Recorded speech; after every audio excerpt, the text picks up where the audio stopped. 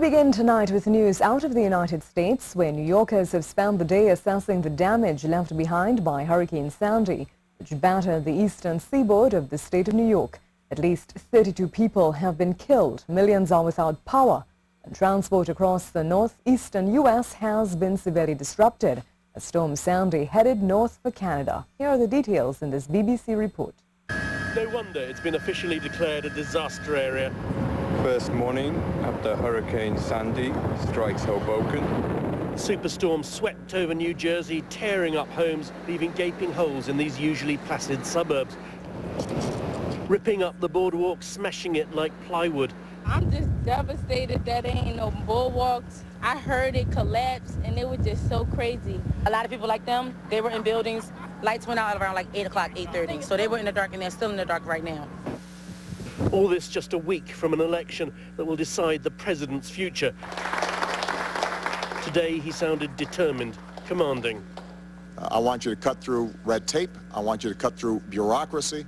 There's no excuse for inaction at this point. I want every agency to lean forward and to make sure that we are getting the resources where they're needed as quickly as possible. Sandy cut into Connecticut as night fell. Water poured over the flood defences.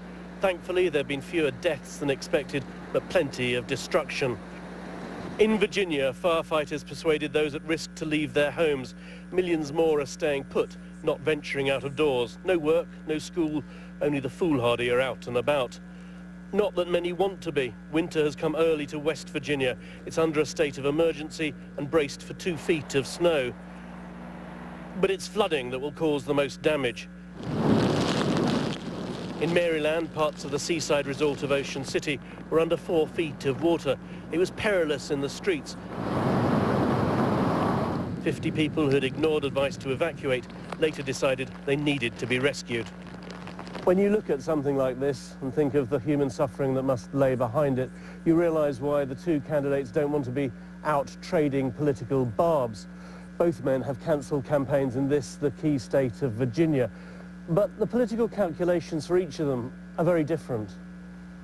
The president will stay off the campaign trail. The best way to fight for his job is to be seen to be doing it and doing it well.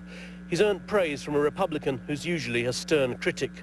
He called me last night around midnight again to ask what else could be done. What we did last night, he was able to move forward very quickly with a major disaster declaration for New Jersey.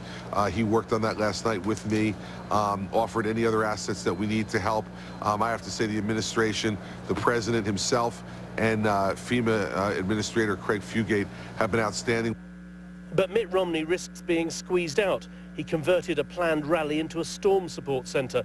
But tomorrow he will resume campaigning. Today, not a word of politics.